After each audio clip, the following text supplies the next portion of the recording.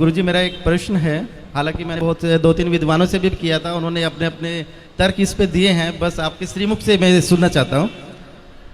कहते हैं कि हम सब एक भगवान की कठपुतली हैं, जैसे वो नचाते हैं हम नाचते चले जाते हैं। तो जो हम कर्म करते हैं, चाहे वो अच्छे कर्म कर रहे हो या बुरे कर्म करते हैं, उसमें भी भगवान की इच्छा होगी जिससे हम वो कर्म कर रहे हैं। तो जब हम कोई बुरा कर्म करते हैं तो उसका दंड हमें क्यों मिलता है सर?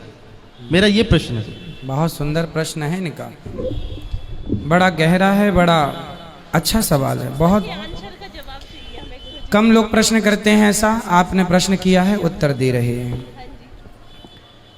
सारी काम भगवान करते हैं, कहते हैं ईश्वर की मर्जी के बिना पत्ता भी नहीं हिलता। तो जब सब भगवान करते हैं तो फिर पापी व्यक्ति क्यों है? बिल्कुल बिल्कुल, है ना। हमने चोरी की तो फिर हमने वो भी ईश्वर की मर्जी से की, क्योंकि सब ईश्वर की मर्जी से हो रहा है। ये सवाल है आपका। जी जी बिल्कुल। अब उत्तर के लिए आपसे ही मैं प्रश्न करूंगा। जी बिल्कुल। आपकी एक गाड़ी है, माना कि एक कार आपकी है और आप मालिक हैं, कार के मालिक। आपने एक ड्राइवर लगा रखा है जी। आपने ड्राइवर से कहा कि गाड़ी लेके स्टेशन चले जाओ, गाड़ी लेके एयरपोर्ट चले जाओ, गाड़ी लेके मार्केट चले जाओ। तो आप जो कहते हैं आपका ड्राइवर वहीं ले जाएगा गाड़ी। जी। गाड़ी आपकी मर्जी से चलती है, चलाता तो ड्राइवर है पर मर्जी आपकी है, सही है? जी बिल्कुल। आपने गाड़ी एयरपोर्ट के लिए रवाना की, जा बेटा मेरे गेस्ट आ रहे हैं, जाओ एयरपोर्ट से लेके आओ। ड्राइवर गाड़ी लेके चला, आपकी मर्जी से जा रहा है। जी जी। पर रास्ते में वो गाड़ी को किसी डिवाइडर से ठोक देता है, तो गाड़ी का एक्सीडेंट हो गया, गाड़ी का नुकसान हो गया, गाड़ी क्षतिग्रस्त हो गई। तो क्या ये आपकी मर्जी थी? जी नहीं। आपकी मर्जी थी कि गाड़ी एयरपोर्ट जाए, पर गाड़ी का एक्सीडेंट हो गया, गाड़ी गड्ढे में गिर गई। ये आपकी मर्जी नहीं थी, ये मर्जी नहीं थी, ये गलती थी। किसकी? आपकी नहीं, ड्राइवर की। हाँ या ना? जी। ड्राइवर के पास दोनों थे, एक्सीलेटर भी था और ब्रेक भी था। क्यों नहीं हिसाब से गाड़ी चलाया? क्यों डिवाइडर में ठोक दिया? आपकी गाड़ी आपकी मर्जी से चलती है, पर जब उसका नुकसान होता है तो वो आपकी मर्जी नहीं होती है ना, वो लापरवाही होती है।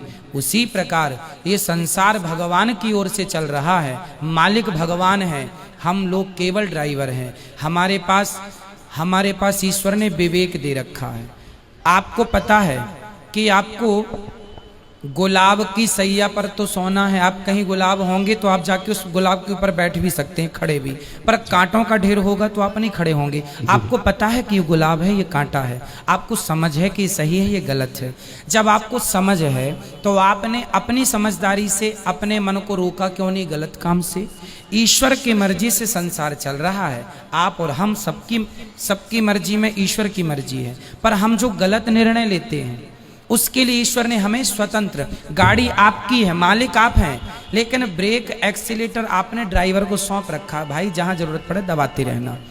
उसी प्रकार ईश्वर ने भी हमें बुद्धि देके स्वतंत्र कर दिया है कि जहां जरूरत पड़े वहां अपने हित में अहित में सोच लेना। आपको कहा जाए कुएं में गिर जाओ, आप नहीं गिरेंगे, आपको पता है ये गलत है। तो आपको स्वयं को ईश्वर ने इतनी पावर दे रखी है। मालिक तो आप हैं गाड़ी के, लेकिन कुछ पावर ड्राइवर के पास भी है ना, ब्रेक एक्सीलेटर।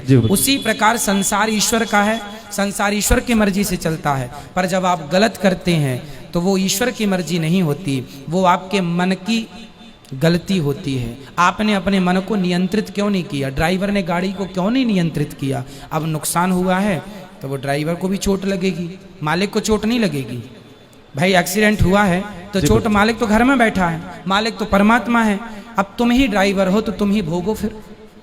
तो अपने अपने किए का दंड, ईश्वर की मर्जी से संसार चलता है, पर उन्होंने हमें सही गलत की सोच दे रखी है। सही गलत क्या है वो पहचान दे रखी है। अब आप गलत करें तो उसमें दोषी ईश्वर कैसे हो सकता है? जी गुरुजी, लेकिन मेरा एक थोड़ा सा डाउट है गुरुजी। जी। हमने रामायण सीरियल देखा है टीवी में, ठीक है। उसमें ये दिखाया गया था कि जब राम जी लंका को जीत लेते हैं और माता सीता जी जब अग्नि परीक्षा देती हैं, उसके बाद में राजा दशरथ जी आसमान में प्रकट होते हैं बिल्कुल। और वो राम जी को बोलते हैं कि मुझे तुम पर बहुत गर्व है, मैं तुमसे बहुत खुश हूँ।